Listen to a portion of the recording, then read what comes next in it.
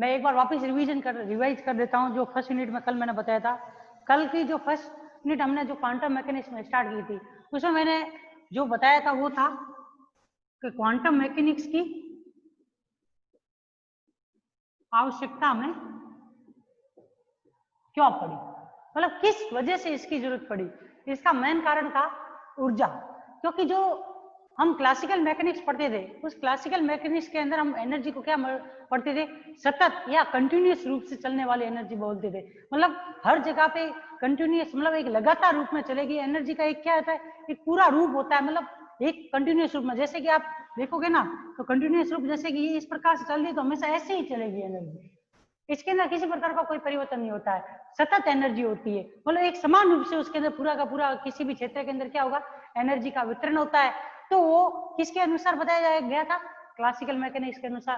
पर ऐसा क्या है कि बहुत सारी चीजें जैसे कि कृष्णिका होती है, प्रकाश विद्युत प्रभाव हो गया, कॉम्पटन प्रभाव हो गया, इनके अंदर ऐसा, मतलब अगर हम एनर्जी को कैसे माने, कंटिन्यूअस माने, तो ये जो नियम होते हैं, कॉम्पटन प्रभाव, कृष्णिका विकिरण और प्रकाश विद्युत प्रभाव, तो हम इनको नहीं समझ सकते या इनके बारे में हम क्या सही ढंग से जानकारी प्राप्त नहीं कर सकते। इस वजह से जो मैक्स प्लांक था उसने ये कहा कि ये प्रभाव जो है वो किसके ऊपर डिपेंड करते हैं, एक कंटिन्यूअस एनर्जी के ऊपर डिपेंड न करके क्या करते हैं, एक बंडल के रूप में या एक पैकेट के रूप में पाई जाने वाली एनर्जी के ऊपर डिपेंड करते हैं। जिसके अंदर क्या होता है कि क्वांटम मैकेनिक्स के अनुसार किसी भी पदार्थ या विकिरण की ऊर्जा जो होती है वो एक सतत ऊर्जा नहीं होती, सतत मतलब कंटिन्यूअस एनर्जी नहीं होती। वो एनर्जी जो होती है वो किसके रूप में होती है, बंडल के रूप में होती है या फिर एक किसी पैकेट के रूप में होती है, जिसको हम क्या किसके रूप में, E बराबर एच म्यू के रूप में प्रदर्शित करते हैं। और अगर उस टोटल पदार्थ से जितनी भी विकिरण उत्सर्जित हो रही है उसकी एनर्जी की मात्रा के बारे में पता करना है, तो इसको हम किससे मल्टीप्लाई कर दें, एन से मतलब मल्टीप्लाई कर दे। एन से मतलब कि कितनी विकिरण उसमें उत्पन्न हो रही है या फिर उसमें कितने कण उपस्थित है, उन कणों की संख्या के बारे में या फिर उसमें कितने ऊर्जा स्तर उपस्थित है उनके बारे में हमको मालूम हो, तो उस एन के जगह पर कितने उसके अंदर कण है, उन कणों की संख्या का क्या कर देंगे, इस मान को इस एन के रूप में रख देंगे यहाँ पर और उसका गुना किससे, एच म्यू से कर देंगे। तो हमें पूरे के पूरे पार्टिकल के बारे में क्या मिल जाएगा, पूरे के पूरे पदार्थ की एनर्जी के बारे में हमें पता चल जाता था। ये किसने कहा था, मैक्स प्लांक ने कहा था। यहीं से ये जो एनर्जी का अलग टुकड़ों के रूप में या एक बंडल के रूप में जो बताना, या जो जिसे कि हम ये जो एनर्जी जो होती है एक टुकड़े या बंडल के रूप में जो प्रदर्शित की गई, यहीं से किसकी स्टार्टिंग होती है, क्वांटम मैकेनिक्स की स्टार्टिंग होती है। और ये एनर्जी जो होती है वो किसकी होती है, ऊर्जा के सबसे छोटे टुकड़े, जिसे कि हम क्या बोलते हैं, ऊर्जा का सबसे छोटा टुकड़ा या फिर क्वांटा, जिसे कि क्या बोला जाता है, फोटोन बोला जाता है, वो होता है। उसकी एनर्जी एक छोटे से या एक फोटोन जो होता है उसकी एनर्जी किसके बराबर होती है, E बराबर एच म्यू के बराबर होती है। इसका मतलब हम ये कह सकते हैं कि जो प्रकाश के रूप में कोई भी पार्टिकल या कोई भी पदार्थ होता है उसके ऊपर कोई भी एनर्जी प्रकाश के किरणों के रूप में गिरती है, तो वो किसके रूप में होती है, प्रकाश के अंदर सतत रूप में ऊर्जा के रूप में नहीं होती। उसके अंदर क्या होते हैं, जो फोटोन के अलग अलग पार्टिकल या जो अलग अलग रूप में फोटोन होते हैं उसके अंदर, उन फोटोनों की संख्या के रूप में क्या होती है, किसी भी पार्टिकल या किसी भी पदार्थ के द्वारा प्रकाश की किरणों से क्या की जाती है, ऊर्जा को ग्रहण किया जाता है। या फिर किसी भी पदार्थ के द्वारा अगर विकिरण को उत्सर्जित भी किया जाता है तो अलग अलग फोटोन के रूप में क्या किया जाता है, ऊर्जा को उत्सर्जित किया जाता है। और उसकी ऊर्जा को हम क्या ज्ञात कर सकते हैं, E बराबर किस सूत्र से, एन एच म्यू के फॉर्मूले से क्या ज्ञात कर सकते हैं, उस पदार्थ के द्वारा विकिरण के रूप में उत्सर्जित होने वाली ऊर्जा को हम ज्ञात कर सकते हैं। ये तो मैंने बताया था कल की क्लास के अंदर। साथ में मैंने एक चीज और भी बताई थी कि क्वांटम मैकेनिक्स है, उसके द्वारा हम क्या कर सकते हैं, परमाणु की स्थायित्व, उसके अंदर उपस्थित प्रोटॉन तथा न्यूट्रॉन की गति के बारे में भी हम पता कर सकते हैं कि उसकी गति कैसी है। परंतु क्लासिकल मैकेनिक्स की सहायता से उसको आसानी से ये नहीं पता कर सकते कि उसमें गति किस प्रकार की हो रही है, कंटिन्यूअस गति है या फिर उसकी गति के अंदर किस प्रकार से परिवर्तन हो रहा है, इसके बारे में हम क्लासिकल मैकेनिक्स में नहीं बता सकते। उसके लिए भी किसकी आवश्यकता पड़ती है, क्वांटम मैकेनिक्स। क्वांटम मैकेनिक्स के अंदर एक भाग आता है स्पेक्ट्रोस्कोपी। उस स्पेक्ट्रोस्कोपी की सहायता से हम अलग अलग स्थिति के अंदर या अलग अलग लेवल के अंदर क्या है, पार्टिकल या परमाणु के अंदर उपस्थित प्रोटॉन, न्यूट्रॉन या परमाणु के अंदर उपस्थित इलेक्ट्रॉन की गति के बारे में भी हम पढ़ सकते हैं। और नॉर्मली अगर हम देखें तो हम क्लासिकल मैकेनिक्स से जो पढ़ सकते हैं या समझ सकते हैं, किसी सामान्य ताप के ऊपर, सामान्य ताप या सामान्य वेलोसिटी हो, नॉर्मल वेलोसिटी, जिसका मान क्या हो, प्रकाश के वेग c से बहुत ही कम हो, c से कम हो या फिर बहुत ही कम हो, उससे आधे से कम हो, नॉर्मल वेलोसिटी के बारे में हम क्या पढ़ सकते हैं, क्लासिकल मैकेनिक्स के अंदर पढ़ सकते हैं। परंतु अगर वेलोसिटी प्रकाश के बराबर की आ जाए तो उस कंडीशन के अंदर क्या हो जाती है, क्लासिकल मैकेनिक्स जो होती है वो क्या हो जाती है, फेल हो जाती है। उसके लिए हमेशा में किस मैकेनिक्स की आवश्यकता पड़ेगी, क्वांटम मैकेनिक्स की आवश्यकता पड़ती है। और जो लास्ट डेफिनेशन जो मैंने कल की क्लास में बताई थी,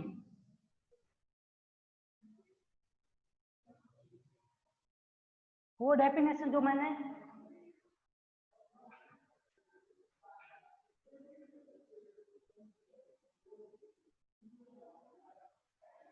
लास्ट डेफिनेशन मैंने जो बताई थी वो थी स्वतः उत्सर्जन की, सॉरी उत्सर्जन क्षमता की। हमें दो डेफिनेशन पढ़नी होगी, एक तो उत्सर्जन क्षमता और दूसरी स्पेक्ट्रमी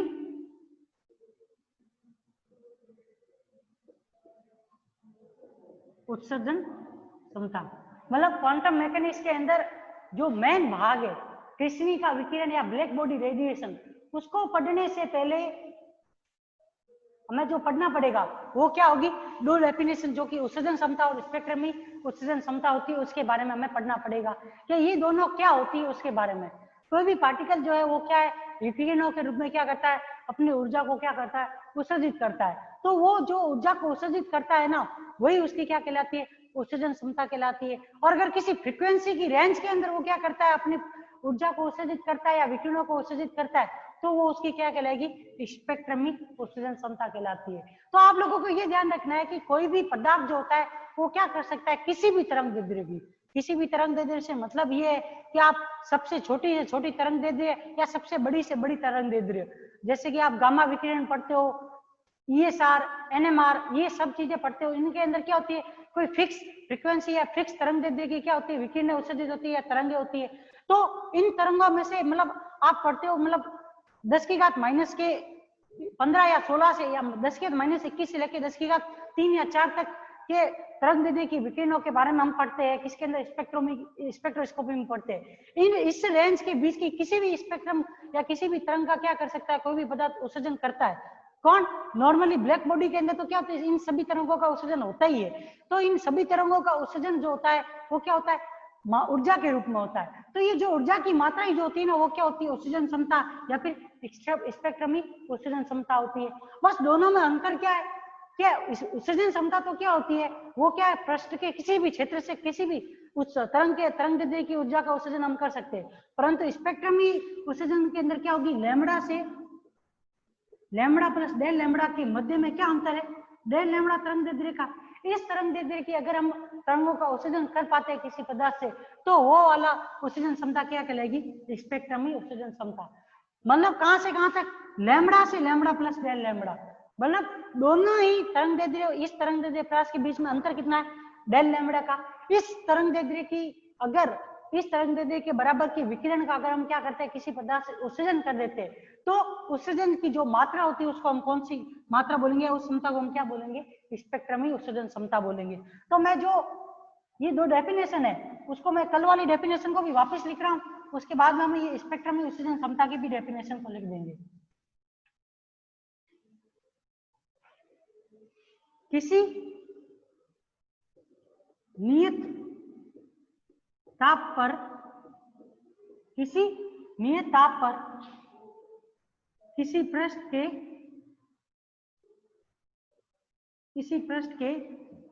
एकांक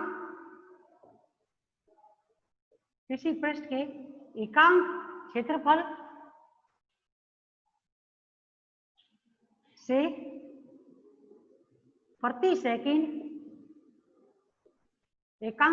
से प्रति सेकंड उत्सर्जित होने वाली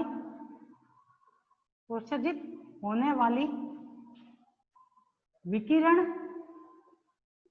की मात्रा, उत्सर्जित होने वाले विकिरण की मात्रा क्या कहलाएगी, उत्सर्जन क्षमता कहलाएगी।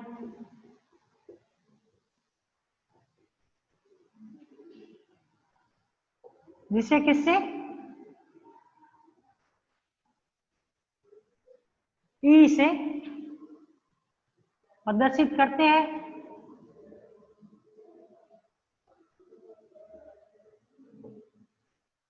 तथा जिसका मात्रक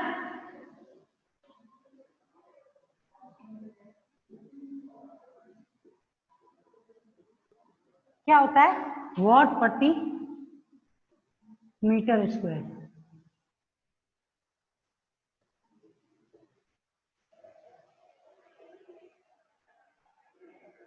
मुकेश, आपके कल वाले क्वेश्चन का आंसर आज लास्ट क्लास में 5 मिनट में आपको मिल जाएगा, ठीक है ना? तो इसके अंदर जिसकी मात्रा कितने वॉट प्रति मीटर स्क्वायर के अंदर होती है, ये हम लोगों को ध्यान रखना है। और इसका जो फॉर्मूला जो होगा ऑक्सीजन क्षमता एप्सिलॉन का, उसको हम किस रूप में लिख सकते हैं? विकिरण की मात्रा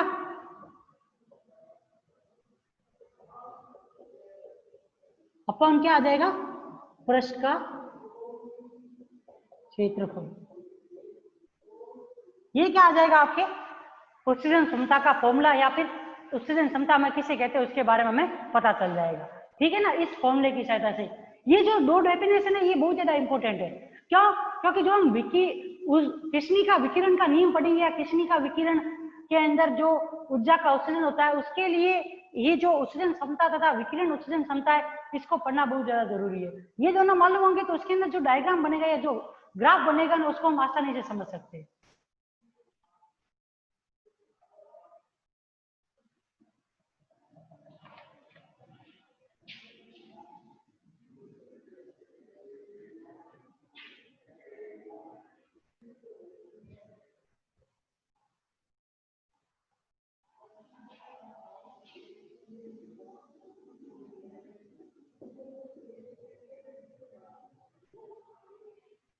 अब स्पेक्ट्रम में उत्सर्जन क्षमता,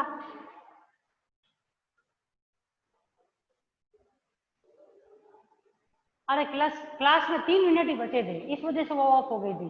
उसका दूसरा कोई कारण नहीं है। आज पहले 5 मिनट पहले रोक दूंगा आज, जिससे तेरा जो दूसरा भी कोई डाउट होगा ना उसको भी सुन लूंगा। अगर टाइम बचा तो बता देंगे, नहीं तो फिर कल उसको बता देंगे। इसका कोई भी नहीं है ऐसा, ठीक है ना? तो स्पेक्ट्रम में उत्सर्जन क्षमता क्या होती है उसके बारे में पढ़ लेते हैं। तो अभी मैंने वही बताई आप लोगों को डेफिनेशन कि मान लो कि ये कोई पदार्थ है, इससे क्या हो रही है? विकिरण किसके रूप में? फोटोन के रूप में। फोटोन क्या? एनर्जी E बराबर h म्यू के रूप में क्या हो रही है? इसमें विकिरण उत्सर्जित हो रही है, ठीक है? तो ये विकिरण क्या है? किस लेंथ के अंदर, किस वेवलेंथ के अंदर उत्पन्न हो रही है, या फिर किस वेवलेंथ की परास के अंदर ये क्या हो रही है? उत्सर्जित हो रही है। जिस रेंज के अंदर ये उत्सर्जित होती है ना, उस रेंज का अगर हम क्या निकाले, उस विकिरण की मात्रा तथा उस रेंज का अगर हम रेशियो निकाल लेते हैं ना, तो हम उसको क्या बोल सकते हैं? स्पेक्ट्रम में उत्सर्जन क्षमता।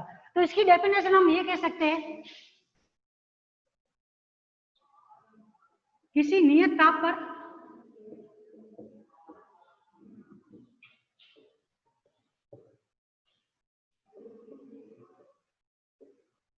किसी पृष्ठ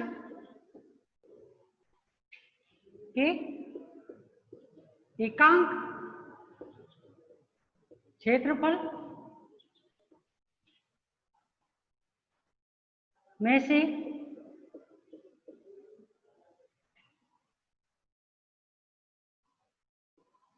प्रति सेकंड लैम्बडा से लैम्बडा प्लस डेल लैम्बडा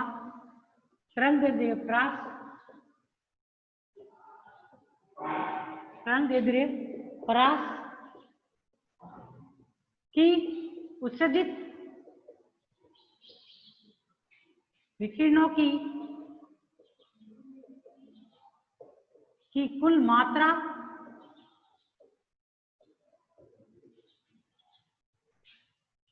तथा तरंगदैर्ध्य के परास डेल लैम्बडा के अनुपात को क्या बोलेंगे?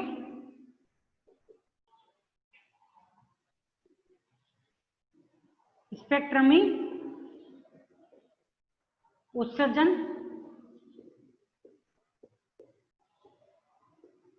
क्षमता कहते हैं। ये क्या होगा? जिस रेंज के अंदर विकिरणों को उत्सर्जित करें ना, उसका भी साथ में अगर हम रेशियो निकाल लें या उसको भी साथ में डिवाइड कर देंगे, तो हमें जो ऊर्जा मिलेगी या जो विकिरण उत्सर्जित होगी वह मात्रा क्या कहलाएगी? स्पेक्ट्रम में उत्सर्जन क्षमता कहलाएगी। इसे जो है इससे ई लैम्बडा से प्रदर्शित करते हैं।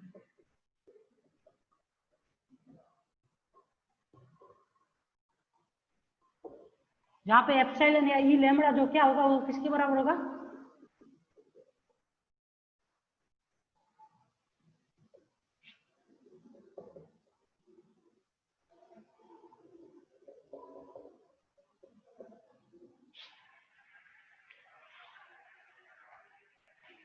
ये इसका फॉर्मूला निकल जाएगा। विकिरण की मात्रा वो तो क्या कहलाएगी? उत्सर्जन क्षमता कहलाएगी। और उत्सर्जन क्षमता में हमें किसका डिवीजन करना है? डेल्टा लैम्बडा का भी करना है। तब हमें क्या मिलेगी? स्पेक्ट्रम उत्सर्जन क्षमता मिलेगी। अगर हमें किसी भी पदार्थ की स्पेक्ट्रम उत्सर्जन क्षमता के बारे में मालूम है तो हम क्या कर सकते हैं और उसकी सहायता से हम क्या कर सकते हैं? उस पदार्थ की उत्सर्जन क्षमता या उसमें कितनी विकिरण उत्सर्जित हो रही है या कितनी ऊर्जा उत्सर्जित हो रही है उसके बारे में भी हम पढ़ सकते हैं। इस डेफिनेशन के अंदर ये बता रहे हैं कि कोई भी पदार्थ है, जैसे कि मान लो कि ये कोई पदार्थ है, ठीक है, ये क्या कर रहा है? विकिरणों का उत्सर्जन कर रहा है, ठीक है, विकिरणों का उत्सर्जन करेगा तो ये विकिरणों का उत्सर्जन कर रहा है, इसका मतलब इसके अंदर जो एनर्जी है वो किसके रूप में वो उत्सर्जित कर रहा है? विकिरणों के रूप में उत्सर्जित कर रहा है। और अगर मान लो कि प्रति सेकंड वो किस रेंज में लैम्बडा से लैम्बडा प्लस डेल लैम्बडा के मध्य में, जैसे कि मान लो कि 10⁻21 से लेके 10⁻22 की रेंज के अंदर वो क्या कर रहा है? विकिरणों का वेवलेंथ की विकिरणों का क्या कर रहा है? वो उत्सर्जन कर रहा है। तो उस रेंज के मध्य जो जितनी भी वो विकिरणों को उत्सर्जित करता है वो तो क्या कहलाएगी? उसकी उत्सर्जन क्षमता या फिर उसकी ऊर्जा कहलाएगी। लेकिन अगर उसी ऊर्जा को हम किससे डिवाइड कर दे? जो दो वेवलेंथ है, जिस वेवलेंथ के मध्य की परास की हम क्या कर रहे हैं? विकिरणों को उत्सर्जित कर रहे हैं, उस रेंज का भी अगर हम उस ऊर्जा के अंदर डिवीजन कर देंगे ना तो हमें क्या प्राप्त हो जाएगी? स्पेक्ट्रम उत्सर्जन क्षमता की प्राप्ति हो जाएगी। मतलब आप देखो ये तो क्या ले जाएगी? ऊर्जा। उस ऊर्जा के अंदर हमने किसका डिवीजन किया? जिस रेंज की हमने तरंगों को उत्सर्जित किया उस रेंज का भी अगर हमने डिवीजन कर दिया ना तो हमें क्या मिलेगा? स्पेक्ट्रम में उत्सर्जन क्षमता का मान मिलेगा। कैसे? देखो इसको ग्राफ में समझाओ तो ये देखिए, ये ई लैम्बडा है और ये क्या है? वेवलेंथ लैम्बडा है। इसमें जैसे कि मान लो कि ये इस प्रकार से क्या हो रही है? विकिरण उत्सर्जित हो रही है, या फिर ये क्या है? इसकी स्पेक्ट्रम में उत्सर्जन क्षमता है। तो आप देख लो, अगर हमें क्या निकालना है कि यहाँ से यहाँ तक ये जो स्पेक्ट्रम में उत्सर्जन क्षमता या ये विकिरण जो उत्सर्जित हुई है उसकी मात्रा हमें ज्ञात करनी है। तो हम क्या कर लें, यहाँ से लेके और यहाँ तक का जो ये एरिया है, इस एरिया का मान अगर हमें मालूम हो तो हम क्या कर सकते हैं? उसकी उत्सर्जन क्षमता भी ज्ञात कर सकते हैं। जैसे कि आप देखो ई बराबर क्या लिखा हुआ है? ई लैम्बडा इंटू डेल्टा लैम्बडा। ये किसको प्रदर्शित करेगा? क्योंकि आप लोगों को मालूम हो तो समाकलन हमेशा निकालते हैं तो उसमें क्या ज्ञात किया जाता है? किसी भी राशि का क्षेत्रफल ज्ञात किया जाता है दो बिंदुओं के मध्य का समाकलन के अंदर। और यहाँ पे देखो कि एक बिंदु यहाँ से यहाँ पर है और दूसरा बिंदु यहाँ पर है, इन दोनों के बीच में कितनी ऊर्जा उत्सर्जित हुई है या फिर किसी पदार्थ द्वारा यहाँ पे कितनी ऊर्जा उत्सर्जित हुई है, तो हम क्या कर सकते हैं? यहाँ पे जितनी स्पेक्ट्रम में उत्सर्जन क्षमता है उसका मान तथा यहाँ से लेके यहाँ तक जितनी तरंग दे रही है कि विकिरण उत्सर्जित हुई है उन दोनों का मल्टीप्लिकेशन करेंगे तो यहाँ का एरिया ज्ञात हो जाएगा। उस एरिया से हम क्या ज्ञात कर सकते हैं? उस पदार्थ से उत्सर्जित होने वाले विकिरणों की मात्रा को भी हम क्या कर सकते हैं? ज्ञात कर सकते हैं।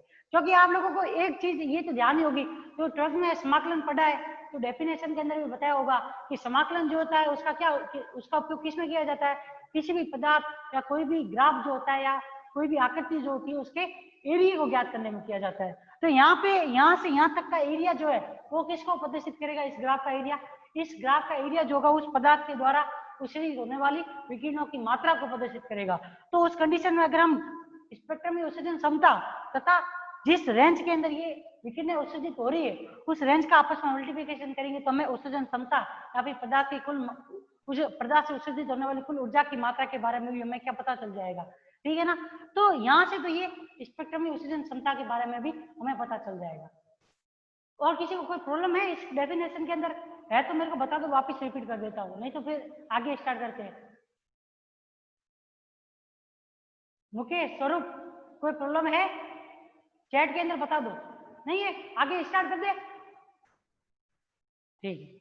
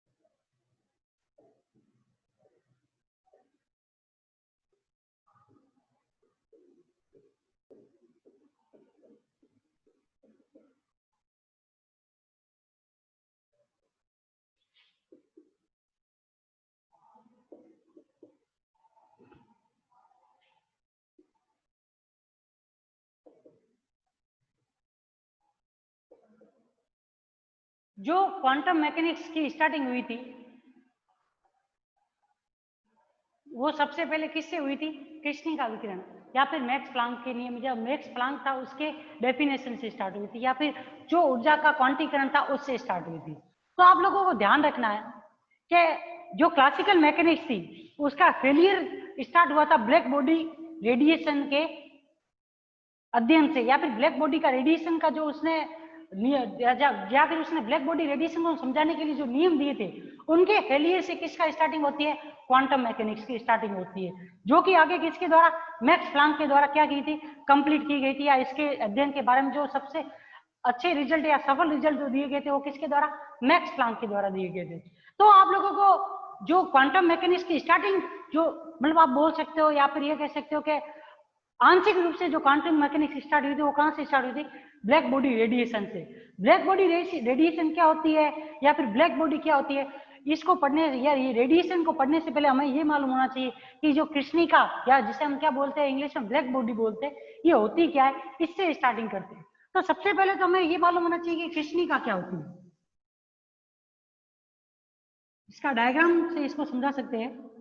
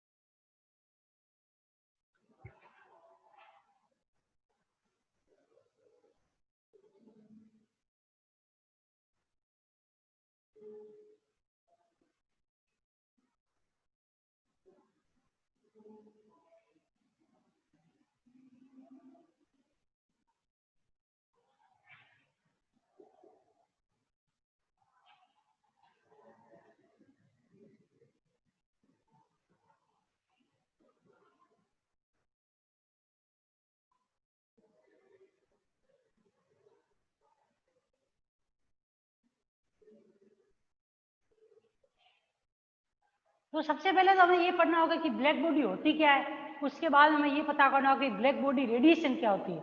जो ये मॉडल दिया गया था, किताब के अंदर तो नहीं लिखा हुआ होगा, फिर भी बता देता हूँ कि ये जो कृष्ण का वितरण या वर्ण क्रम ऊर्जा का वितरण का नियम जो था वो किसके द्वारा दिया गया था? कैरी के द्वारा दिया गया। कैरी ने जो नाभिक वैज्ञानिक था उसने सबसे पहले इसकी स्टार्टिंग की थी। तो उसने यह बताया था कि जो कृष्णिका जो होती है वो क्या होती है? एक ऐसा पदार्थ होती है, एक ऐसा पृष्ठ होता है जो कि क्या करता है, हर प्रकार की किसी भी प्रकार की तरंग दैर्ध्य हो, मतलब जिसकी तरंग दैर्ध्य का मान बहुत अधिक हो या तरंग दैर्ध्य का मान बहुत ही कम हो, वो क्या करता है, किसी भी प्रकार की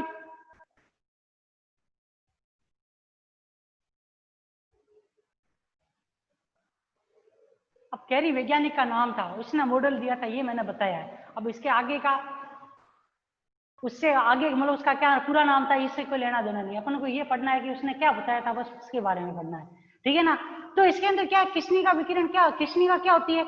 एक ऐसा पदार्थ या फिर ऐसी बॉडी होती है जिसके अंदर क्या किया जाता है, किसी भी प्रकार की किरण हो, विकिरण हो, जिसकी रेंज क्या हो, तरंग दैर्ध्य की रेंज मैक्सिमम से लेके मिनिमम, जो आप गामा किरण से लेके ESR तक पढ़ते हो जिसकी रेंज 10⁻³ मीटर से लेके 10⁻⁻22 से 23 मीटर तक की जो लेंथ होती है वेवलेंथ, इस रेंज के अंदर, या फिर ये कह सकते हो कि 10⁻1 से लेके 10⁻21 हर्ट्ज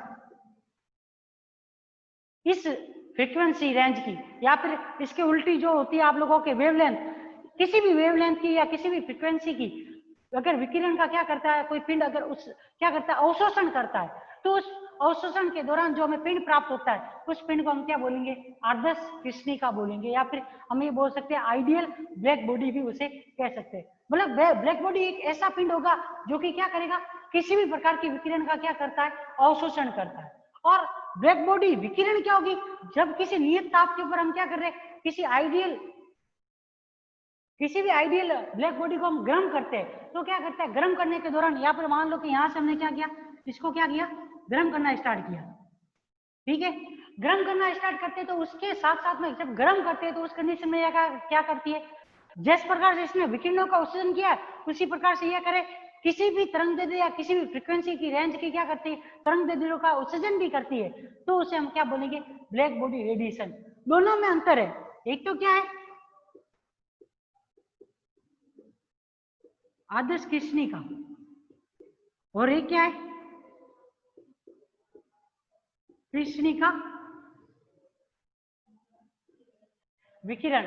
दोनों में मेन डिफरेंस क्या है, जो कृष्णिका होती है, आदर्श कृष्णिका जो होती है वो क्या करती है, किसी भी नियत ताप के ऊपर क्या करती है, एक ऐसा पिंड होता है, एक ऐसी वस्तु होती है जो क्या करती है, किसी भी रेंज की तरंग दैर्ध्य या किसी भी फ्रीक्वेंसी की क्या करती है, विकिरण को क्या करती है, अपने अंदर क्या करती है, अवशोषित करती है या ग्रहण करती है। और अगर वहीं पर वही कृष्णिका किसी नियत ताप पे क्या करती है, अगर उसको हम गर्म कर रहे हैं तो गर्म करने के दौरान वह किसी भी तरंग दैर्ध्य या किसी भी फ्रीक्वेंसी की विकिरण को उत्सर्जित करती है, तो उसे क्या बोलेंगे, कृष्णिका विकिरण। अगर वो ग्रहण करती है तो उसे हम क्या बोलेंगे, आदर्श कृष्णिका बोलेंगे। तो इसकी डेफिनेशन में मैं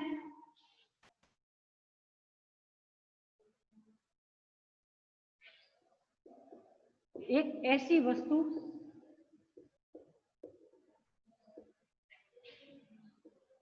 जो कि अपने पृष्ठ पर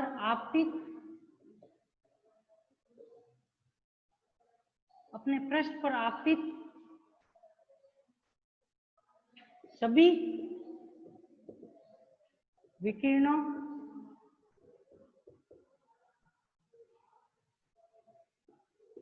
सभी तरंग दैर्ध्य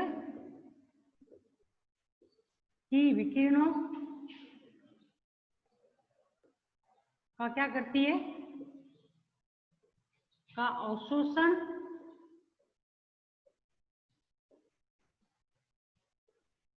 करती है, तो उसे क्या बोलेंगे, आदर्श कृष्णिका कहते हैं। ये हमें ध्यान रखना है, ये तो क्या हो जाएगी, आदर्श कृष्णिका की डेफिनेशन हो जाएगी। इसी प्रकार से कृष्णिका विकिरण की परिभाषा क्या हो जाएगी, अगर आदर्श कृष्णिका क्या करती है, किसी नियत ताप के ऊपर सभी तरंग दैर्ध्य की विकिरणों का क्या करती है, उत्सर्जन करती है। अरे doubt class start, last 10 minute तो बचे दो, उसके बाद में स्टार्ट कर देंगे। 8 मिनट अभी बाकी है, डेफिनेशन बता देता हूँ, उसके बाद में फिर डाउट स्टार्ट कर देंगे। तो इसकी आदर्श विकिरण, आदर्श कृष्णिका की डेफिनेशन तो क्या हो गई कि जब वो किसी भी विकिरण, किसी भी तरंग दैर्ध्य की विकिरणों का क्या करती है, अवशोषण करती है। दूसरी डेफिनेशन हम क्या कह सकते हैं, किसी नियत ताप पर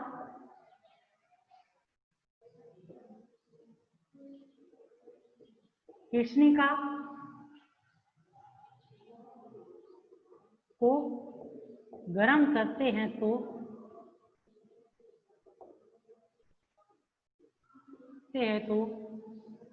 उसमें विद्युत चुंबकीय विकिरणों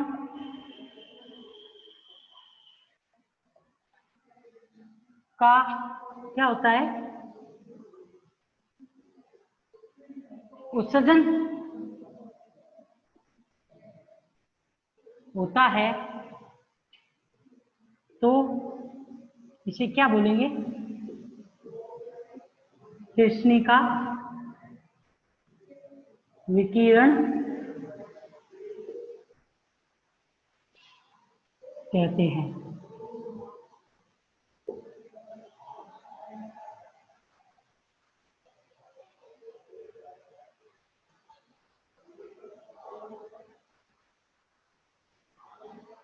बैटरी को जोड़ दे, मतलब बैटरी से जोड़ दे मोबाइल को, मोबाइल के पास में कोई ना कोई स्विच तो होगा ही ना तेरे पास में, उससे जोड़ दे।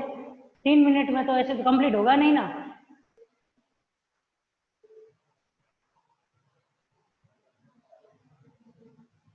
ये दो डेफिनेशन इसके अंदर सबसे इंपॉर्टेंट है, मतलब अगर हमें किस प्रकार से विकिरण टेम्परेचर के ऊपर उत्पन्न हो रही है उसके बारे में पढ़ना है तो।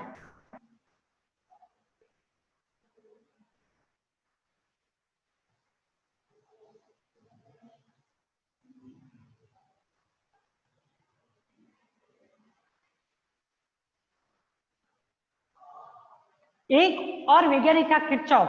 किरचॉफ ने यह बताया था कि जो कोई भी पदार्थ अच्छा अवशोषक होता है वो क्या होता है, अच्छा अवशोषक होता है। मतलब वो जितनी अच्छी तरीके से क्या करता है, किसी भी विकिरण का क्या करता है, अवशोषण करता है, किसी विकिरण को अपने अंदर क्या करता है, अवशोषित कर लेता है या ग्रहण करता है ऊर्जा को, उसी प्रकार से वो क्या करता है, अच्छी तरीके से क्या कर सकता है, बहुत ही अच्छी मात्रा में क्या कर सकता है, अपने अंदर से किसी भी पदार्थ, किसी भी ऊर्जा को क्या कर सकता है, विकिरणों के रूप में उत्सर्जित भी कर सकता है। तो एक और पॉइंट ये है कि किरचॉफ के नियमानुसार क्या कह सकते हैं हम,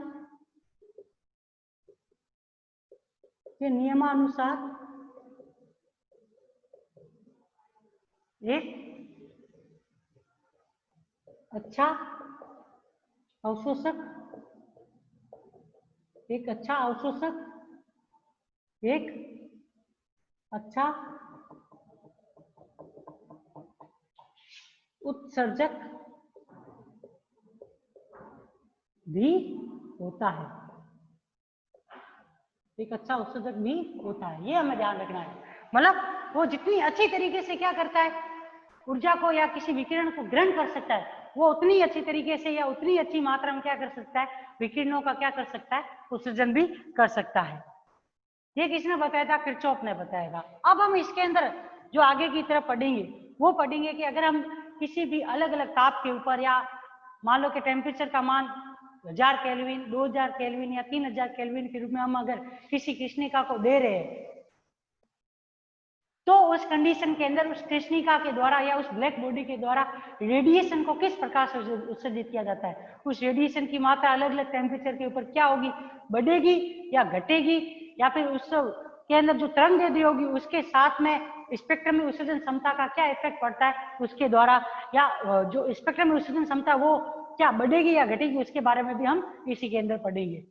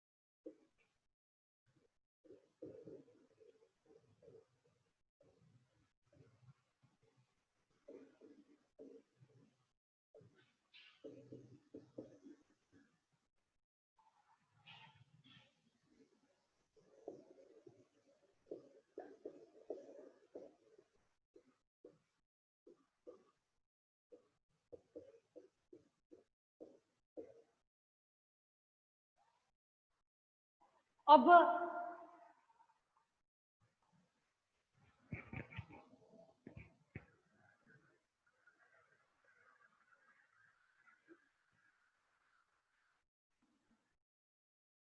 अगर हम अलग अलग टेम्परेचर के ऊपर किसी कृष्णिका को क्या करते हैं, गर्म करते हैं, तो गर्म करेंगे तो उस कंडीशन में क्या होगा, वो अलग अलग रेंज की विकिरणों को क्या करेगा, उत्सर्जित करेगा। विकिरणों की मात्रा क्या किसके ऊपर डिपेंड करेगी, टेम्परेचर के ऊपर डिपेंड करती है। जैसे जैसे टेम्परेचर बढ़ेगा वैसे वैसे विकिरणों की संख्या भी क्या होती है, उत्सर्जन विकिरणों के उत्सर्जन की संख्या भी क्या हो जाती है, बढ़ जाती है। तो जो अलग अलग मात्रा की विकिरण उत्सर्जित होती है अलग अलग टेम्परेचर के ऊपर, उन्हीं अलग अलग टेम्परेचर के ऊपर अलग अलग विकिरणों की मात्रा के मध्य का जो ग्राफ होता है, तरंग दैर्ध्य तथा स्पेक्ट्रम में उत्सर्जन क्षमता के मध्य का जो ग्राफ होता है, उसी को हम क्या बोलते हैं, ऊर्जा वितरण वक्र बोलते हैं। ये वक्र जो होता है वो किस प्रकार से प्राप्त होता है,